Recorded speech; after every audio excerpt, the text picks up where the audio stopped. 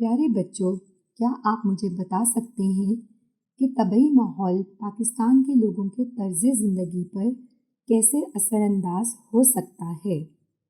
تو آئیے آج ہم پڑھتے ہیں طبعی ماحول کے پاکستان کے لوگوں کے طرز زندگی پر اثرات۔ طبعی ماحول کے پاکستان کے لوگوں کے طرز زندگی پر اثرات کو ذیل میں بیان کیا جا رہا ہے۔ نمبر 1، پاکستان کے میدانی علاقے۔ پاکستان کے میدانی علاقوں کا موسم گرما میں گرم اور موسم سرما میں سرد ہوتا ہے۔ لوگوں کے رہن سہن، خوراک اور لباس وغیرہ پر آب و ہوا کا بہت گہرا اثر ہے۔ پاکستان میں سب سے زیادہ آبادی انہی علاقوں میں ہے۔ یہاں کے لوگوں کی آمدنی کا زیادہ تر دار و مدار زراعت پر ہے۔ میدانی علاقوں میں ذرائع آمد و رفت بہتر ہیں۔ یہاں مختلف اقسام کی فصلیں پیدا ہوتی ہیں۔ نمبر 2، پاکستان کے شمالی و شمال مغربی علاقے۔ پاکستان کے ان علاقوں میں موسم سرما سرد ترین ہوتا ہے، اس لیے برف باری بھی ہوتی ہے۔ یہاں کے لوگ محنتی اور جفاکش ہوتے ہیں۔ کاشتکاری اور غلہ بانی اہم پیشے ہیں۔ یہاں مختلف اقسام کے پھل پیدا ہوتے ہیں۔ ان علاقوں میں سیاحت کو بہت فروغ حاصل ہوتا ہے۔ موسم گرما میں یہ علاقے سرسبز اور شاداب ہو جاتے ہیں۔ نمبر 3، سطح مرتفع بلوچستان کا علاقہ۔ سطح مرتفع بلوچستان کا علاقہ زیادہ تر خشک ہے۔ موسم سرما میں بعض مقامات پر برف باری ہوتی ہے۔ یہاں کے لوگوں کا اہم پیشہ مویشی پالنا ہے۔ یہ علاقہ پھلوں کی پیداوار اور معدنی وسائل کی دولت سے بھی مالا مال ہے، اس لیے زراعت، خانکنی اور دیگر اہم پیشے ہیں۔ نمبر 4، پاکستان کے صحرائی علاقے۔ پاکستان کے صحرائی علاقوں میں دن اور رات کے درجہ حرارت میں بہت فرق ہے۔ موسم گرما میں دن کے وقت گرم ہوا چلتی ہے۔ یہاں کے لوگوں کی زندگی بہت سخت ہے۔ بارش کم ہوتی ہے۔ پینے کے لیے پانی دور دور سے لانا پڑتا ہے۔ ان علاقوں کے لوگوں کا اہم ذریعہ معاش بھیڑ بکریاں پالنا ہے۔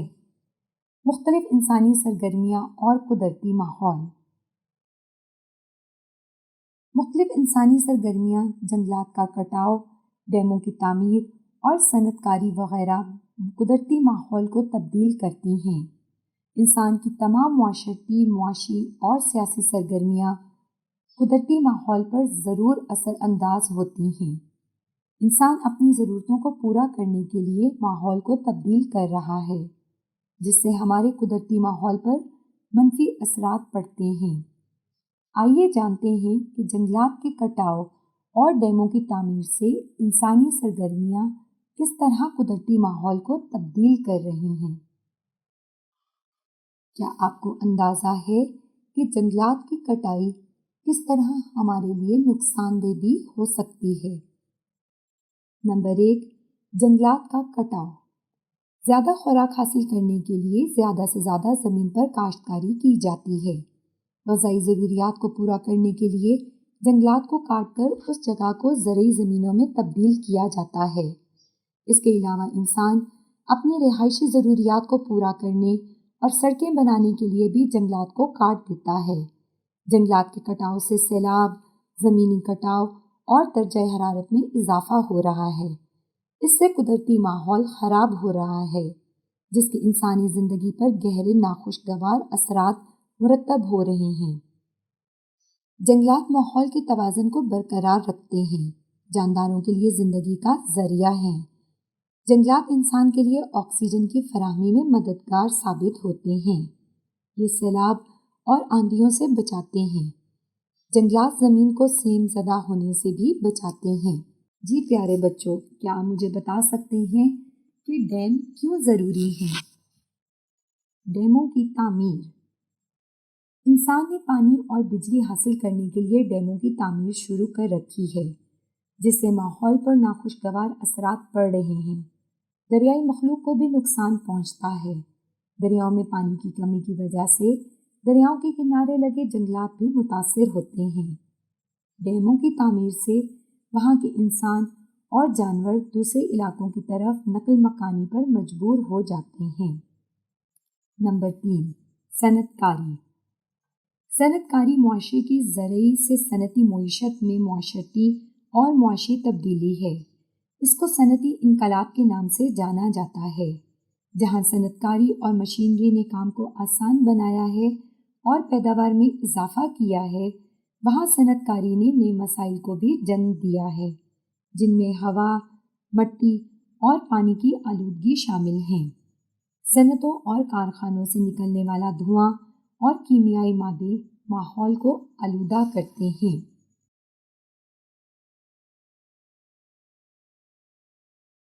پیارے بچوں، کیا آپ مجھے بتا سکتے ہیں کہ پیشے سے کیا مراد ہے؟ لوگوں کے مختلف پیشے۔ لوگوں کے مختلف پیشوں زراعت، کانکنی اور صنعت کاری کی ذیل میں وضاحت کی گئی ہے۔ ملک کی خوشحالی کے لیے یہ ضروری ہے کہ ملک کے تمام لوگ محنت کریں۔ پاکستان کے لوگ کافی محنتی ہیں۔ وہ مختلف پیشے اختیار کر کے روزی کماتے ہیں۔ زراعت۔ زراعت یا کاشتکاری ہمارے ملک کا سب سے اہم پیشہ ہے۔ کسان اناج اور دوسری فصلیں اگاتے ہیں اور ہم سب کے لیے خوراک مہیا کرتے ہیں۔ زرخیز زمین اور آبپاشی کی سہولتوں کی بدولت زیادہ تر لوگ اس پیشے سے تعلق رکھتے ہیں۔ جدید زرعی مشینری کے استعمال سے ہماری زراعت کافی ترقی کر رہی ہے۔ مویشی پالنا بھی زراعت کا حصہ ہے۔ مثلاً بھیڑیں، بکریاں، گائیں، بھینسیں اور اونٹ وغیرہ مویشیوں سے ہمیں گوشت، دودھ، گھی، مکھن وغیرہ ملتا ہے۔ پیارے بچوں، کیا آپ کانکنی کے بارے میں جانتے ہیں؟ کانکن سطح زمین کے نیچے معدنیات تلاش کرتے ہیں، مثلاً لوہا، کوئلہ، نمک، جپسم وغیرہ۔ کانکن دن رات سطح زمین کے نیچے کام کرتے ہیں اور بہت سی دھاتیں ہمارے استعمال کے لیے نکالتے ہیں۔ صنعتی ترقی کا دار و مدار دھاتوں کے استعمال پر ہی ہے۔ کانکنی کا پیشہ صوبہ بلوچستان اور صوبہ پنجاب کے پوٹوہار کے علاقے میں عام ہے۔ صنعت کاری۔ صنعت کاری بھی ایک اہم پیشہ ہے۔ ہمارے روزمرہ استعمال کی بیشتر چیزیں کارخانوں میں ہی بنتی ہیں، جہاں بہت سے کاریگر انجینئروں کی نگرانی میں کام کرتے ہیں اور ہمارے لیے مختلف اقسام کی چیزیں تیار کرتے ہیں۔ اس کے علاوہ بڑھئی لکڑی کا سامان تیار کرتا ہے، لوہار لوہے کا سامان بناتا ہے، جولاہا کپڑا بنتا ہے اور کمہار مٹی کے برتن بناتا ہے۔ اس طرح ہمیں استعمال کی چیزیں آسانی سے مل جاتی ہیں۔ دیگر پیشے۔ پیارے بچوں، کیا آپ مجھے کچھ پیشوں کے نام بتا سکتے ہیں؟ چند لوگ ایسے پیشے اختیار کرتے ہیں جن کے ذریعے وہ دوسرے لوگوں کی بہتری کے لیے کام کرتے ہیں، مثلاً استاد، انجینئر، ڈاکٹر، نرس، وکیل، تاجر، بینکار، دفتری ملازم، سپاہی اور فوجی وغیرہ۔ استاد ہمیں پڑھنا لکھنا سکھاتے ہیں۔ اگر ہم بیمار ہو جائیں تو ڈاکٹر علاج کرتے ہیں۔ نرسیں بیماروں کی تیمارداری کرتی ہیں۔ انجینئر ملک میں مصنوعات اور مشینیں بناتے ہیں۔ غذائی تحفظ۔ عالمی ادارہ خوراک و وزارت نے تحفظ خوراک کو یقینی بنانے کی وضاحت کی کہ دنیا کے جملہ افراد تمام اوقات میں اپنی بنیادی ضرورت کے مطابق خوراک کے ذخائر تک طبعی اور معاشی دسترس رکھتے ہیں۔ اس مسئلے کے سماجی پہلوؤں کے پیش نظر تحفظ خوراک کی بہتر تعریف کرتے ہوئے قرار دیا گیا کہ اس سے مراد ایسی صورتحال ہے جس میں تمام افراد صحت مند زندگی گزارنے اور اپنے غذائی ضروریات کے لیے غذائیت سے بھرپور خوراک تک دسترس رکھتے ہوں۔ پاکستان کو غذائی تحفظ جیسے مسئلے کا سامنا ہے۔ پاکستان کے لوگوں میں غذائیت کی بے حد کمی ہے، جس کی وجہ سے بچوں کی اموات میں بھی اضافہ ہو رہا ہے۔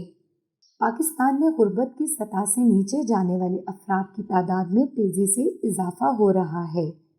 اس کی بڑی وجوہات موسمی تبدیلی اور مختلف بیماریاں شامل ہیں۔ ان بیماریوں کی وجہ سے ہماری صحت کو زیادہ خطرات درپیش ہیں۔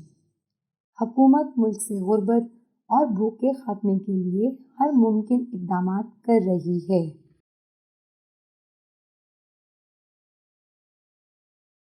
جی پیارے بچوں، آپ کا پسندیدہ موسم کون سا ہے؟ آج ہم موسم اور آب و ہوا کے بارے میں پڑھیں گے۔ موسم کسی بھی مقام کی عارضی فضائی کیفیت کو موسم کہتے ہیں، یعنی فضا میں عارضی طور پر موجود آب و ہوا کے دباؤ، ہوا میں نمی اور درجہ حرارت کو موسم کہتے ہیں۔ موسم فضا کی عارضی حالت کا نام ہے۔ اس میں روزانہ تبدیلی ہوتی رہتی ہے۔ صبح، دوپہر اور شام کے موسم میں نمایاں فرق دیکھنے کو ملتا ہے۔ بعض اوقات دوپہر کو گرمی ہوتی ہے، اگر بارش ہو جائے تو موسم خوشگوار ہو جاتا ہے۔ آب و ہوا کسی بھی علاقے کی لمبے عرصے کی فضائی کیفیت کو آب و ہوا کہتے ہیں۔ یہ کیفیت 25 سے 35 سال یا اس سے زیادہ عرصہ پر محیط ہو سکتی ہے۔ ہم دیکھتے ہیں کہ سارا سال موسم ایک جیسا نہیں رہتا۔ کبھی گرمی پڑتی ہے تو کبھی سردی، کبھی موسم بہار آ جاتا ہے تو کبھی موسم برسات۔ موسموں کی اس مجموعی کیفیت کا نام آب و ہوا ہے۔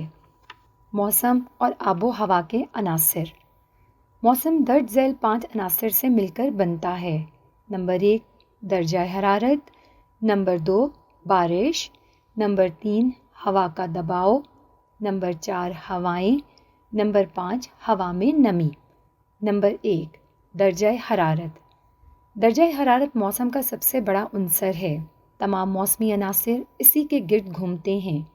گرمی یا سردی کی شدت کو درجہ حرارت کہا جاتا ہے۔ درجہ حرارت سے پتہ چلتا ہے کہ موسم کتنا گرم یا سرد ہے۔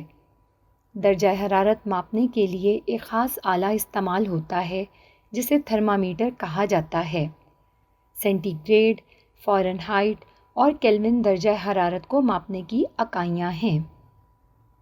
بارش بادلوں سے زمین کی سطح پر پانی کے قطروں کا گرنا بارش کہلاتا ہے۔ سمندروں، دریاؤں اور جھیلوں کی سطح سے پانی بخارات بن کر اوپر کی طرف اٹھتا ہے۔ ان آبی بخارات سے بادل بنتے ہیں۔ یہ بادل بارش کا باعث بنتے ہیں۔ بارش زراعت اور پودوں کے لیے زندگی کی حیثیت رکھتی ہے۔ بارش کو ایک خاص آلے مقیاس المطر سے ماپا جاتا ہے۔ ملی میٹر اور انچ بارش کی پیمائش کی اکائیاں ہیں۔ ہوا کا دباؤ ہوا کا اپنا وزن ہوتا ہے۔ کسی جگہ پر ہوا کا یہ وزن ہوا کا دباؤ کہلاتا ہے۔ جیسے جیسے بلندی بڑھتی جاتی ہے، ہوا کا دباؤ کم ہوتا چلا جاتا ہے۔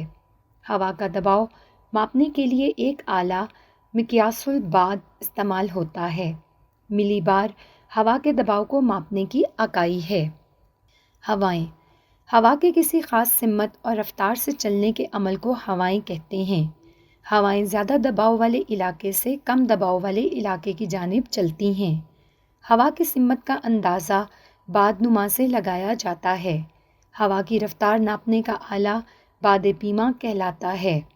ہوا کی رفتار کی اکائی کلومیٹر فی گھنٹہ ہے۔ ہوا میں نمی ہوا میں پانی کی موجودگی کو نمی یا رطوبت کہا جاتا ہے۔ زیادہ بارش والے علاقوں اور سمندر کے قریب علاقوں میں ہوا میں نمی کا تناسب زیادہ ہوتا ہے۔ سمندر سے دور اور خشک علاقوں میں ہوا میں نمی کا تناسب کم ہوتا ہے۔ ہوا میں نمی کی مقدار کو معلوم کرنے کے لیے ایک آلہ ہائیگرو میٹر استعمال ہوتا ہے۔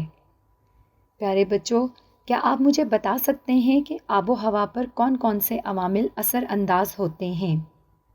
تو آئیے آج ہم ان عوامل کے بارے میں پڑھتے ہیں۔